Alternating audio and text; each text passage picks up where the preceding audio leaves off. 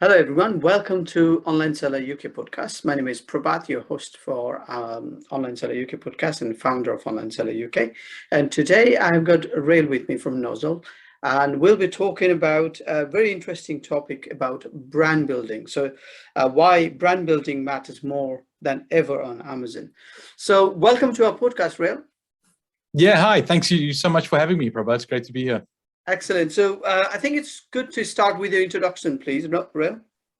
Yeah, so I'm Rael Klein. I'm co-founder of a London-based company called Nozzle, and we help sellers understand their customers on Amazon. And as the topic for this discussion is about brand building, our fundamental belief is the future of Amazon is about brand building. Yeah, I think that's really interesting because I see a lot of people selling on Amazon, and a lot of people take Amazon as a converting channel. So, Yeah. tell us a little bit more. How do you define a brand on Amazon?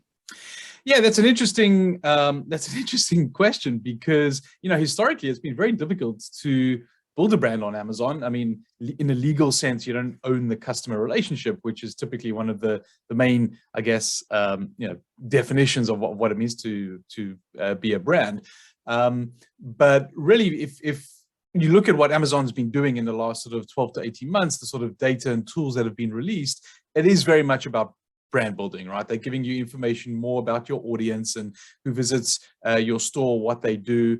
And so, I mean, it's called brand analytics for a reason, right? If you're a registered seller, so they are sort of moving away from just selling products to ultimately building a brand. And I guess from Nozzle's point of view, we think what Amazon's done is obviously a step in the right direction, but clearly not enough. And so one of the best ways we feel to measure brand is ultimately, where do people put their money? Do you have returning customers? Do you have loyal customers?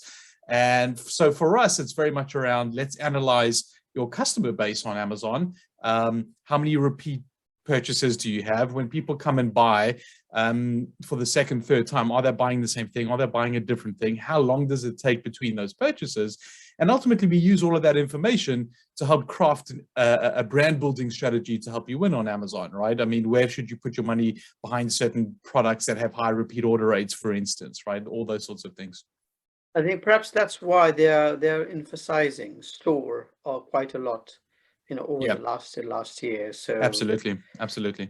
So so I mean, one of the biggest examples of this, I think, is it's in beta in the US, but this idea of the customer engagement tool, right? So for the first time ever, historically, whenever you've messaged a customer, it's always been about sort of customer support, right? Like fulfilling an order or something like that. You could never do it for any other reason. But they're trialing a specific tool now called customer engagement, where you're actually able to email customers for the first time. They have to be following your brand on Amazon, and it has to be related to a new product launch. So this is just a very, a very specific use case.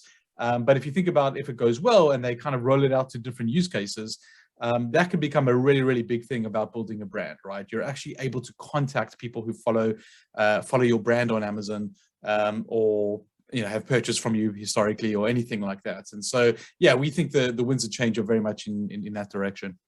Yeah, who knows? They might build an email campaign within Amazon. So, yeah, they'll never change the situation where they own the customer relationship, right? Like that's not going to change ever. But the tools in which you can sort of reach out to people and do brand building, I think that is going to change.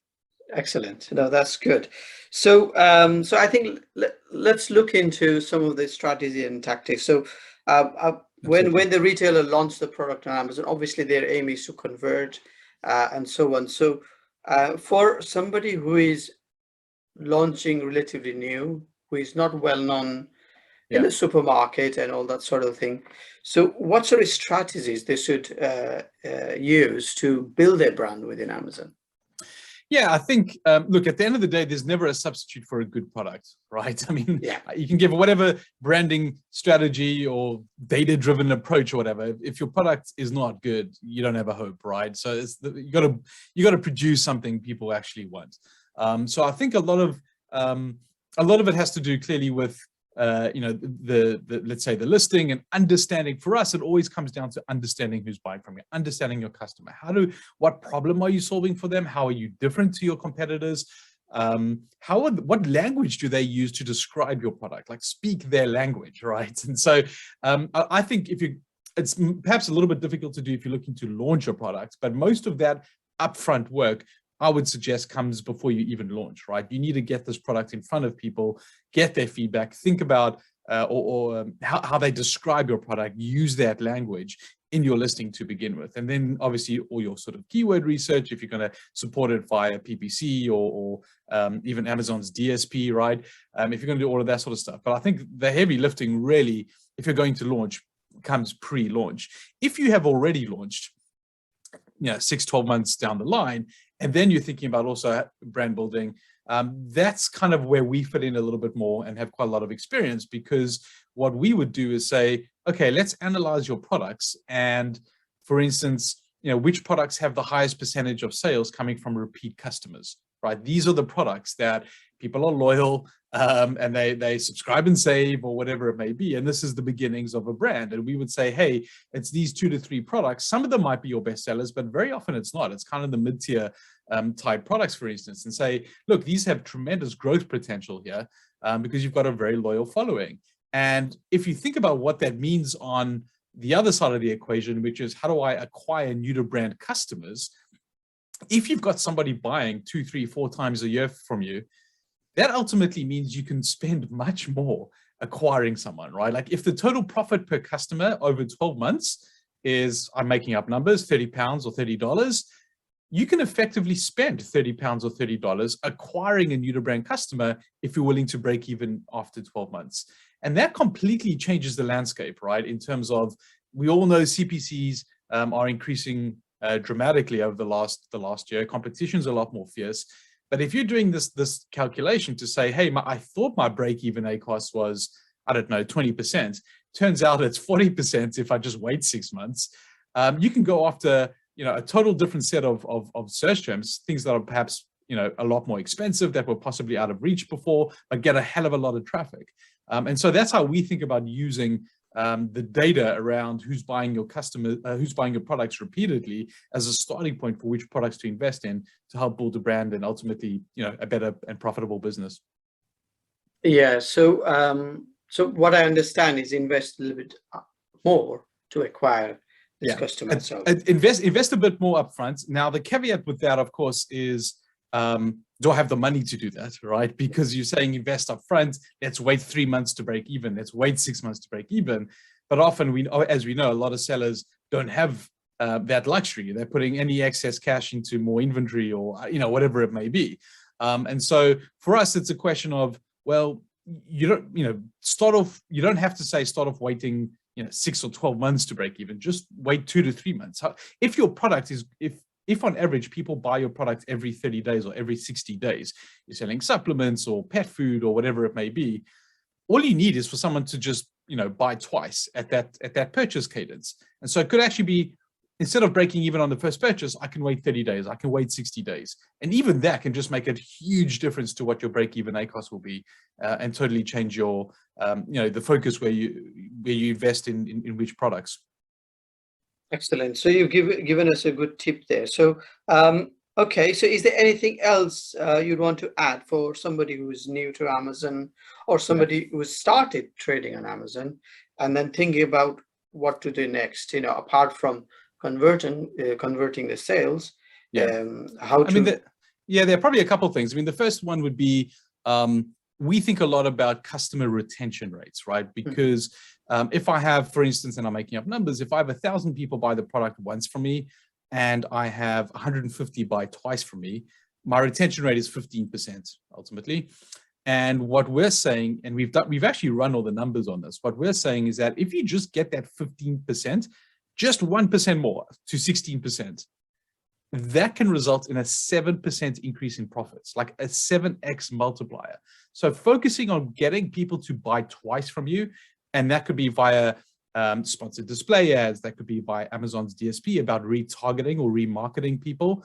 You could think about doing things around the package inserts. You've got to be obviously a bit careful around Amazon's T's and C's and that, but if you're directing them back to Amazon, there are obviously legal ways to do that, but really putting an emphasis on getting someone to buy that second time can just make a huge difference to your profits, because some of those people who buy it twice are going to end up buying 3, 4, 5 times after that, right? And so it really just pays off over time. So I think focusing on that second purchase is a really big thing.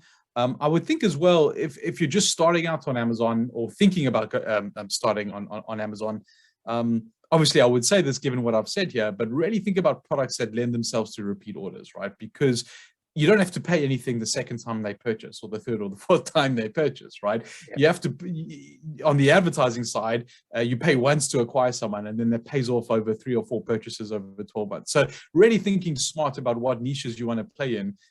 There's a big difference if somebody's ordering even just twice, never mind 3, 4 times. It can just change the economics of your business, thinking about, I want to play in an area that lends itself to repeat purchases. And there's possibly something else which is interesting. I mean, clearly the aggregators have come in and sort of shaken up the space quite a lot.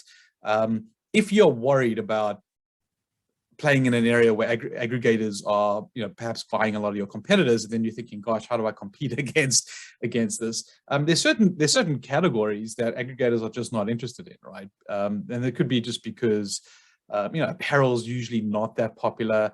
Even supplements, stuff that perhaps has a bit of a regulatory element to it, aggregators are not that interested in. So, playing in those areas could be something to consider.